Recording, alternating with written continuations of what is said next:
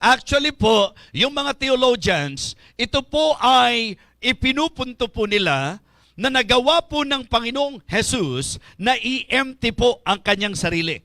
'Di ba? Ang tawag po dito, yung kenosis. Ang ibig sabihin po, yun po yung theological term, kenosis, self-emptying. Jesus Christ emptied Himself.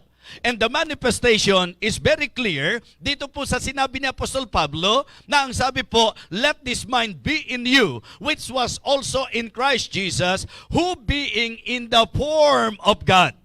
Alam naman po natin clearly from the Bible ang turo patungkol sa ating Panginoong Jesucristo. Si Jesus Christ po, hindi tao lang.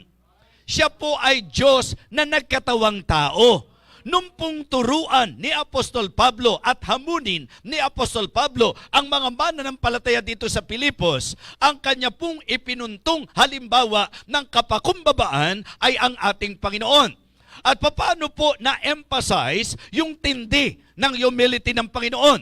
Doon sa idea po na ang sabi, bagamat siya ay nasaan yung Diyos, hindi niya inaring dapat panangnan ang pagkapantay niya sa Diyos. Kaya nakakatuwang isipin na sa buhay po ng ilang mga mananampalataya, yung bang idea na kahit ano ang posisyon po nila, kahit ano ang estado ng buhay nila, kahit gaano kataas ang kanila pong pinag-aralan, sa usapan po ng buhay bilang mananampalataya, hindi po yon ang kanilang ipinapangahas. So the Lord Jesus Christ, sa kanya pong example, makikita natin na ang sabi po ni Pablo, itong kaisipan na ito ang mapa sa inyo. Sapagkat ang Panginoong Jesus, na ang sabi po, who, being in the form of God, thought it not robbery to be equal with God. Okay? So hindi niya inari na dapat panangnan ang pagkapantay niya sa Diyos, kundi hinubad niya ito. Diba? Mga kapatid, wag ho tayong magkakamali sa doktrina ho. Hindi po kahit kailanman ang ating Panginoong Jesus ay dumating sa punto na siya'y hindi Diyos.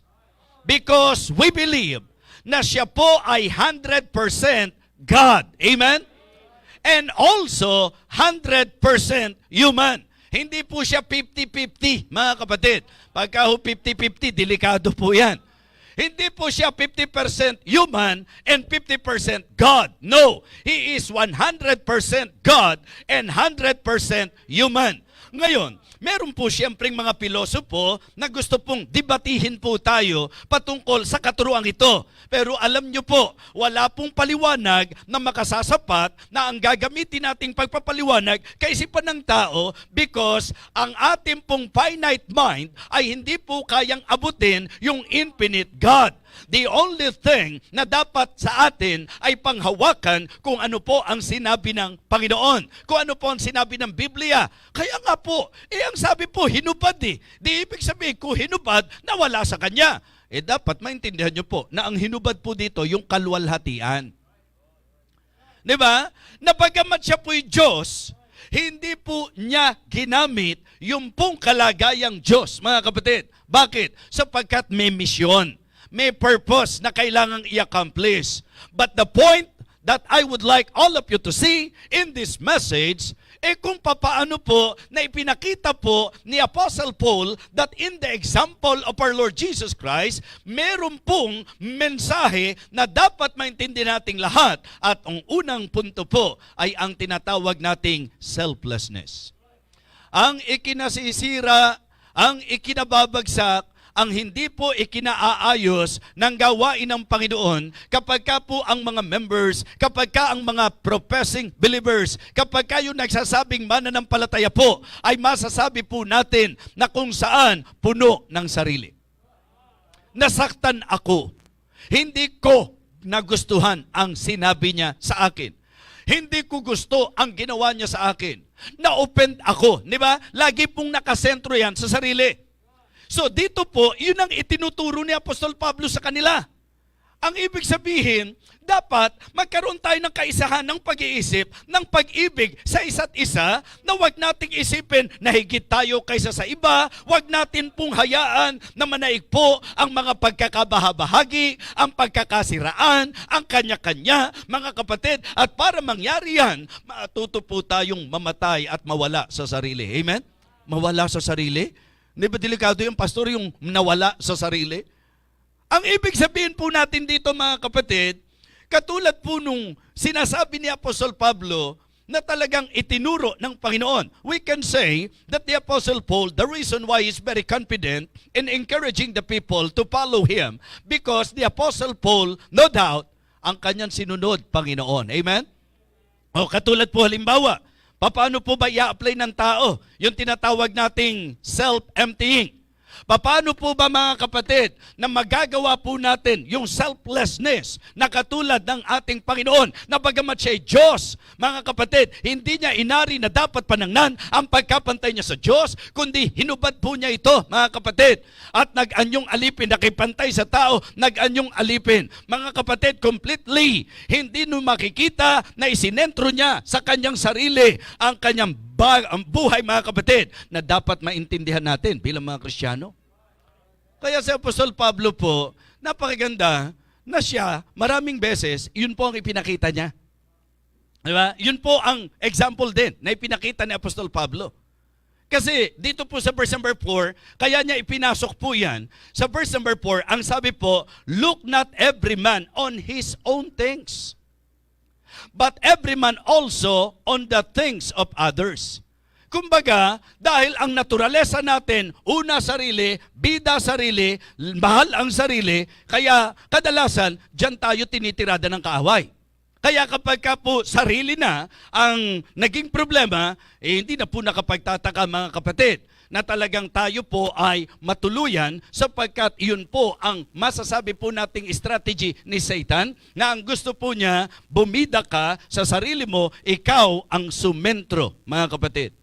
Now, in the life of the Apostle Paul, I can say na meron siyang karapatan na ituro ito, because he applied that also in his life, na natutunan po niyang hubarin, natutunan po niyang isa-isang tabi ang kanyang sarili sa kalagayan po, mga kapatid, na ito po ay kanyang ginagawa, na hinahayaan niya na ang Diyos ang mahayag sa kanyang buhay.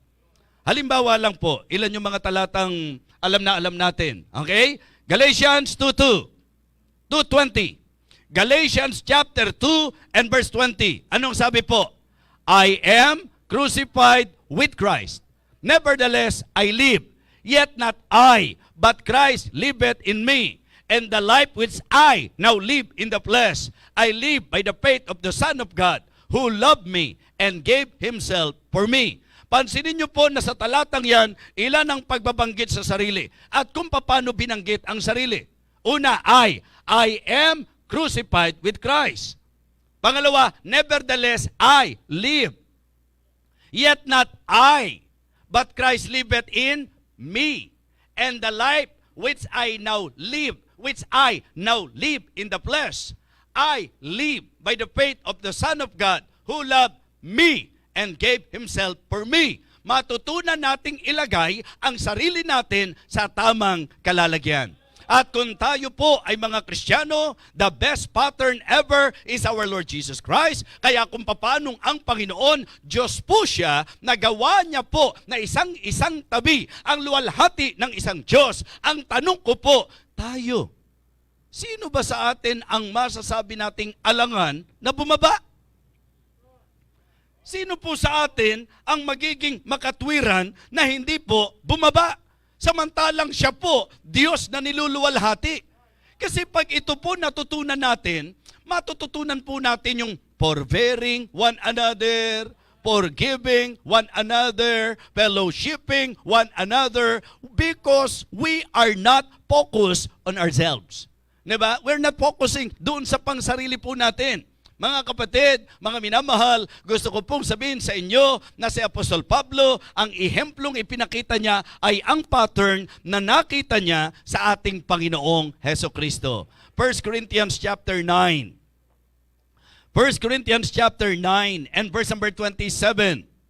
but I keep under my body and bring it to subjection, lest that by any means, when I preach to others, I myself should be cast away. So, the good thing about what the Apostle Paul learned in his life, yung bang matutunan niyang supilin yung kanyang sarili, disiplinahin yung kanyang sarili, suwituhin yung kanyang sarili, na kapag ka po sa buhay niya, medyo umaangat na ang sarili, hinahampas daw po niya ito. Dinidisiplina raw po niya ito. That is the very idea. He is disciplining himself. Napakahalaga po ng tinatawag nating self-discipline. Napakahalaga po ng self-denial. Ang sabi po niya, napakaliwanag, but I keep under my body and bring it to subjection. Hindi niya hinahayaang yung kanyang sarili, yung kanyang katawan, ang maghari sa kanyang buhay. Mga kapatid, selflessness. Ito po ang napakagandang pattern na ipinakita ng ating Panginoong Hesukristo. Amen? So kaya napakaganda rin po na may claim po natin na gawa po ng Banal na Espiritu na dapat masupil po yung ating sarili. Another good passage dito po sa puntos natin, Galatians chapter 5. Galatians chapter 5. Kasi ang masasabi po nating isa sa maiko-consider na talagang paglalarawan ng sarili sa Biblia po ay yung flesh. Diba? Yung flesh. Self at saka yung flesh. Yun po yung idea. Galatians 5 verse 16. Galatians chapter 5 and verse 16. This I say then, walk in the Spirit, and ye shall not fulfill the lust of the flesh. For the Spirit lusteth against the flesh, and the flesh against the Spirit. These two are contrary the one to the other, so that you cannot do the things that you would. Naglalabanan daw po yung sarili at ang Espiritu. Kapag ka po sa buhay natin, angat na angat ang sarili, mga kapatid, hindi natin magagawa ang kalooban ng Panginoon. Kaya ngayon po, yun yung isang ipanalangin po natin, na tularan po natin yung ipinakita ng ating Panginoon. Nasa anumang pedestal ka sa buhay mo. Diba? May mga times na bababa ka dyan para gawin natin ang marapat. Gawin natin ang mga bagay sa kapakanan ng ibang tao. Ang sabi po ng talata sa Biblia, Philippians chapter 2 and verse number 4.